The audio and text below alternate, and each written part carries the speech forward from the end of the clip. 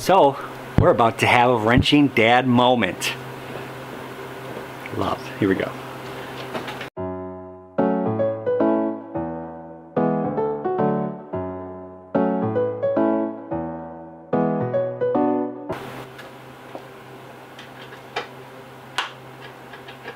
Remember? Oh yeah.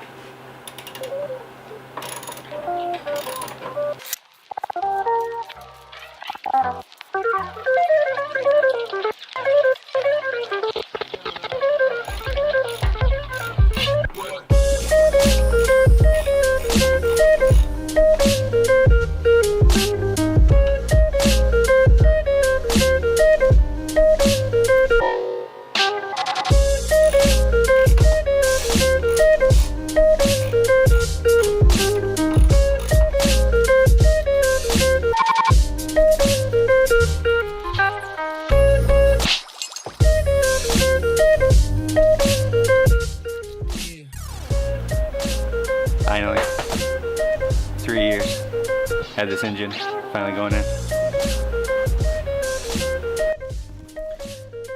Here the engine's above the engine bay and starting to put the rear mounts on. The bracketry here to be able to set it down on top of the engine mount. I was alone here getting this in, so there wasn't really much talking happening, just a lot of struggling to get this baby in.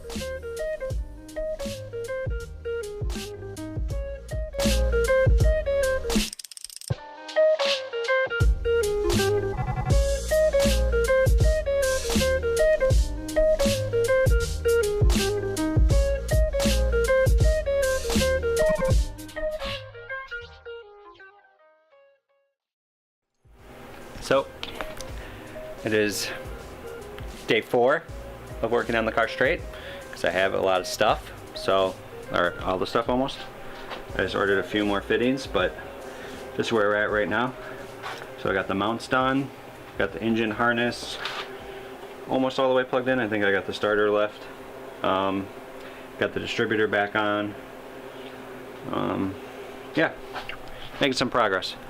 So tonight, I'm going to be doing something that I found out after cleaning up my bench, that I missed this little guy. This is a guide for the timing belt. Now it's on the floor. But to do that, I have to take all that apart.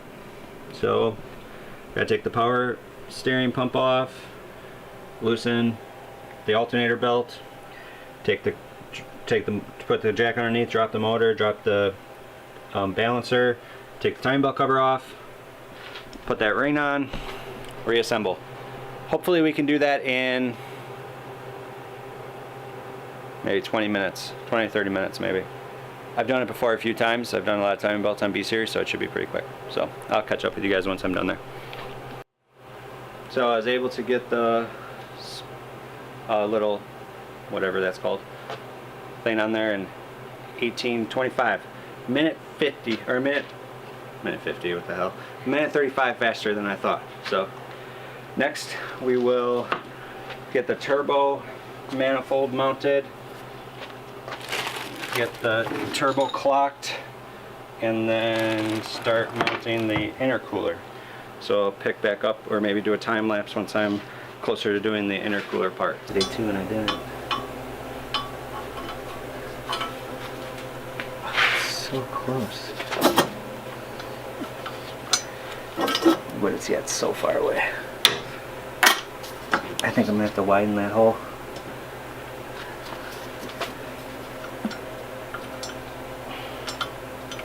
I think that's gonna be the only option. It's not even a little bit straight in there. Louder. Talk louder. Oh, I'm sorry, I didn't know you were recording me. The bolt, so there's a bolt here for my exhaust manifold to the head, and it looks like the exhaust manifold is off by just a little bit, causing it not to screw in straight. So it's hitting the side of the manifold to be able to screw it in. So I can't get it to thread on there straight without it trying to cross thread. And I really don't want it to cross thread. then it won't be secure in there. Well, maybe the first time it would, but then if I ever take it off, it won't be. Want to see it? Oops. That's horrible. Okay. Yeah, you gotta. Oh, duh. I'm trying to put that there. Right there. So that bolt right there is not going in straight. You can even see in the camera angle there how crooked it is. And the hole looks to be too small, so I think we're going to drill out the hole. Just a little bit to oval it out just a little bit.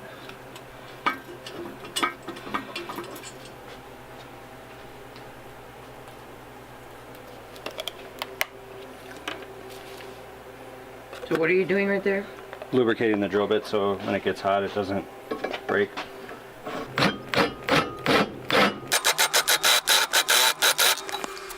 That's too big, I think. Oh, yeah. Looks really big though.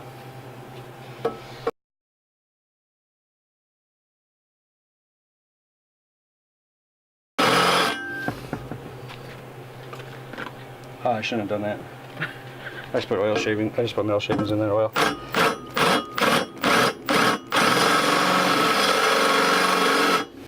Okay. So children, this is Dad speaking from experience. Can you see me? Because the camera's not even near me. Yes, it is. It's Okay. fine. So if Maureen wants to zoom in here, take a look at what you shouldn't do. When you're drilling something that has the potential to go into a turbocharger, you don't want metal in there like that. So what I'm going to try to do my best is use one of these. So what we should have did, if we take this clean one, we should have went like this before we started drilling. That would have been smarter. But that's why I'm a dad, not smart. No, I'm just kidding. I'm kidding. Alright. Got kids on the brain. We'll try to get these out of here for the most part. Hopefully this doesn't chew up our turbo. Oh, I got a shaving right there too. I gotta file that down. There's still a ton of shavings in there. I might start the car up without the turbo on it to blow those out before I put the turbo on it, actually. That's probably what I'm gonna do. So full of that too, it's gonna burn like crazy. Okay, I need a file. File. See that on there? You see it? This little piece of metal right here. Oh, there it is. See it? It's like a... Actually, I might be able to just break it up. Yep. I'll try that down flat a little bit. Alright. See if we clearanced it enough. I don't think we did, actually. We gotta do more. Okay, stuff the paper in the time.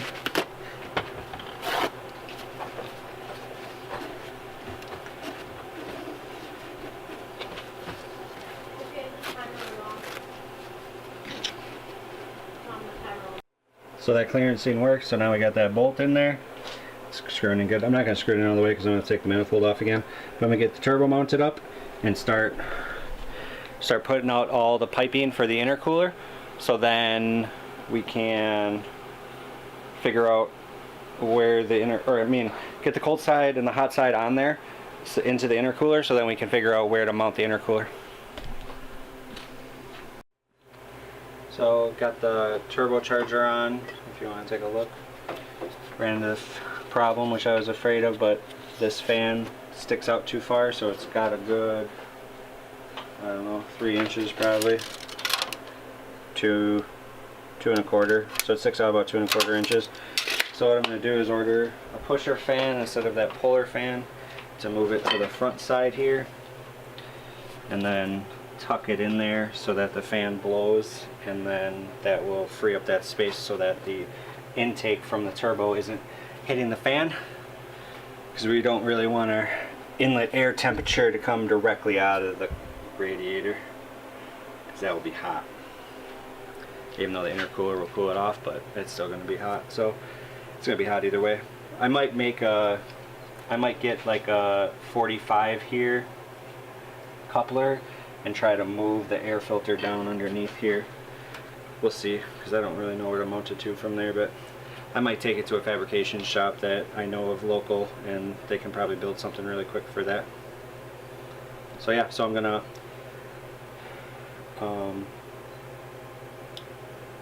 take the radiator shroud off and the fan off, and then start with the intercooler piping and get the drain connected, and then get the intercooler piping down and around, set the intercooler up on jack stands, and then get the cold side on so that it's centered and we know where the the intercooler needs to be. Test fit the bumper, and then once I'm happy with location, mark it, and we'll drill in the top of this bumper core to screw it down, and then I'm going to use some flat stock off of the bottom of the radiator support. I'm going to weld some tabs on there, so I'll show you that process once we get that far on how I'm going to make the bottom mounts for the intercooler. Okay, so I'm going to talk through what I'm doing here a little bit. So I got this straight what is this, 3/16 steel rod. So what I'm doing is I'm starting with the top, because the bottom it looks like I'm gonna have to bend them a little bit for where the intercooler is. So basically with the piping, this is about my only option with the intercooler. So what I'm doing here, you can see that one I got finished. So I just cut a tab, and then I'm gonna weld it onto the radiator support there. So now on this side, how I found for where the hole is, you can see it right down there. I put the screw in, and then I'm kind of just eyeballing it because it really doesn't have to be perfect. I got plenty of material on both sides. You can see on this one it's a little offset, but not bad. Still plenty of material there. And then I'm using a drill press to drill it out. So over there I got a little drill press. Can't see it. So right there.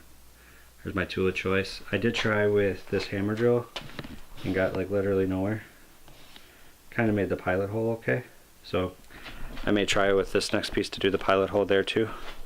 With the do the pilot hole with the drill a little bit, just to get it kind of a start, so that once we get it on the press, it has somewhere to cut. It seems like the bigger drill bits cut it way better than the little ones, probably just because it's not thick metal, but it's thicker metal. So yeah, and then for the bottoms I'm gonna have to bend the brackets like I said, so I'm gonna have to try to figure out how to fabricate those a little bit, probably put them in the bench press or vise and hammer them into a somewhat of a L shape probably. So but I'll follow back up once I get those done.